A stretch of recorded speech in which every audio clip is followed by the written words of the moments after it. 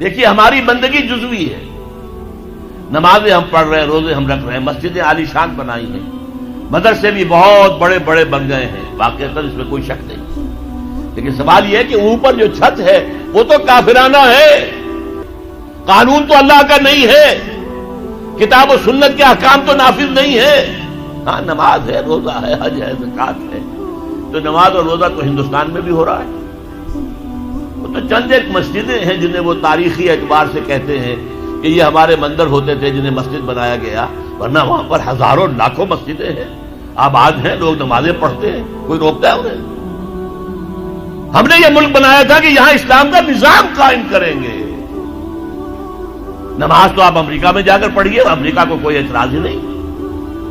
You have come here, you have purchased synagogues and churches and you have turned them into mosques. ہم نے کوئی اعتراض نہیں کیا، تم نے چرچ خریدے، تم نے سینیگوگز خرید لیے جو یہودیوں کی عبادت گاہیں ہوتی ہیں، اور انہیں مسجد بنا لیا، ہم نے کوئی اعتراض نہیں کیا، we never objected۔ لیکن تم کہو کہ اسلام کا نظام ہم قائم کریں گے، نہیں کرنے دیں گے تمہیں کبھی بھی۔ تم چاہو کہ تم اسلام کا معاشی نظام قائم کرو، کبھی اجازت نہیں دیں گے۔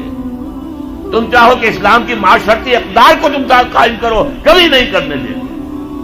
یہ ہے اس وقت جو ہمارے ساتھ پیش آ رہا ہے معاملہ، پورا مغرب اس پر اڑا ہوا ہے، اسلامی نظام کہیں نہیں آنے دیں گے۔ ہاں نمازیں پڑھو، ہمیں کوئی اعتراض نہیں، روزے رکھو، تم روزے 30 کی بجائے 100 رکھو، ہمارا کیا لیتے ہو؟ تمہاری کمزوری ہو جائے گی، ہم تو تمہیں لیبر اسی وقت دیں گے جب پورے 8 گھنٹے کام کرو گے ڈٹ کر، اس میں کوئی رعایت نہیں کریں گے تمہارے ساتھ۔ بہرحال سوال یہ ہے کہ میں کیا کروں، کوئی راستہ ہے؟ دیکھیے کنویں میں، اب آج کل تو وہ کنویں اس طرح کے ہیں نہیں، دیہات میں تو ہے، کنویں میں کتا گر گیا، بلی گر گئی، مردار ہے کنویں کے اندر، کنویں کا پانی حرام ہو گیا، نجس ہو گیا، لیکن آخر کو راستہ تو ہے نا بھائی، اتنا پہلے تو اس کتے کو یا اس بلی کی لاش کو نکال کے باہر پھینکو، اور پھر اتنے ڈول اور نکال کر باہر پھینک دو، پھر وہ پانی صاف ہے۔ اس کا کیا نام ہے؟ کفارہ۔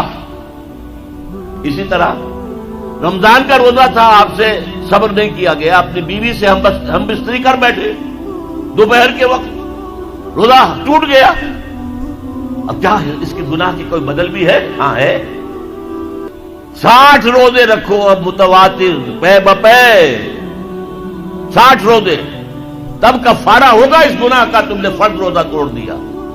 ہاں اگر نفلی روزہ تھا تو توڑ دیا تو صرف اس کی قضا دینی ہوگی بس، فرض روزہ اسے توڑ دیا ہے تو اس کے لیے تو 2 مہینے کے 60 روزے پے بپے رکھنے پڑے۔ تو اب ہم جو کفر کے تحت زندگی گزار رہے ہیں، اور اس اعتبار سے اللہ کی نگاہ میں ہم کافر ہیں، لیکن سوال یہ ہے کہ جائیں تو کہاں جائیں، کریں تو کیا کریں؟ نظام کفر کا ہے، قرآن کہتا ہے وَمَن لَّمْ يَحْكُم بِمَا أَنزَلَ اللَّهُ وَأُولَٰئِكَ هُمُ الْكَافِرُونَ۔ جو لوگ قرآن کی، اللہ کی اتاری ہوئی شریعت کے مطابق فیصلے نہیں کرتے، وہی تو کافر ہے۔ کافر کسے کہتے ہیں؟ اقبال نے کہا نا، بتوں سے تجھ کو امید ہے، خدا سے نو امیدی، مجھے بتا تو صحیح اور کافری کیا ہے؟ تمہاری ساری امیدیں امریکہ کے ساتھ وابستہ ہیں، وہ مسئلہ طے کرا دے، وہ یہ کرا دے، وہ کرا دے، وہ معاملہ ہمارا، وہی تو سب سے بڑا چور وہی ہے، سب سے بڑا ڈاکو وہی ہے، سب سے بڑا اسلام کا مخالف وہی ہے، اور اسی کے پاس ہم جاتے ہیں۔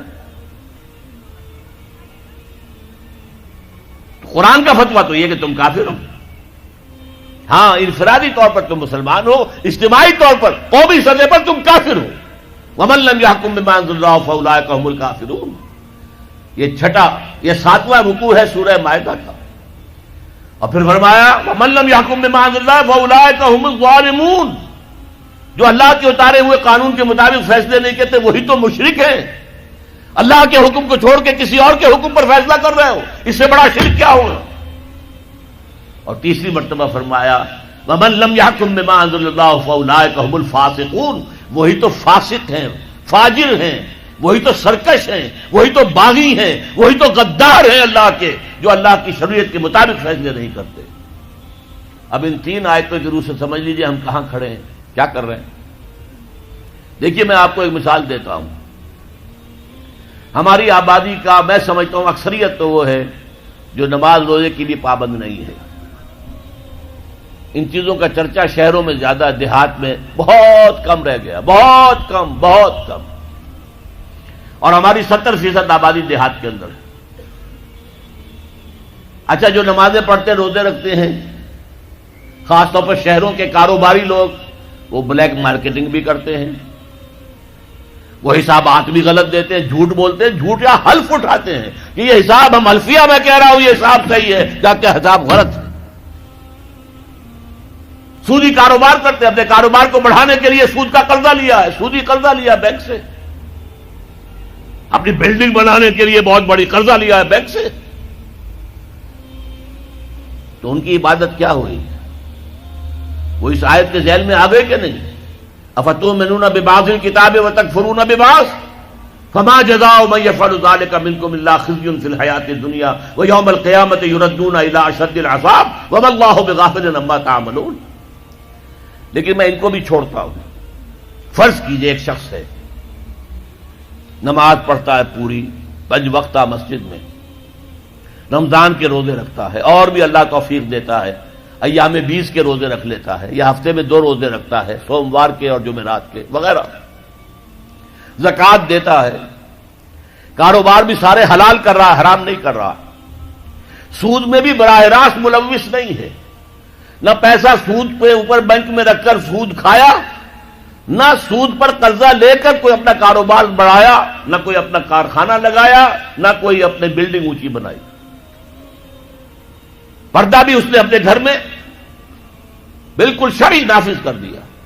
وہ اس پورے اسلام پر کاربند ہے جس میں وہ کاربند ہو سکتا ہے اس وقت، لیکن وہ اس قوم کا فرد ہے جو قوم اللہ کے فتوے کے مطابق کافر قوم ہے، جو اللہ کے فتوے کے مطابق مشرک قوم ہے، جو اللہ کے فیصلے کے مطابق فاسق و فاجر قوم ہے۔ قوم کے فرد تو ہم اسی کے ہیں۔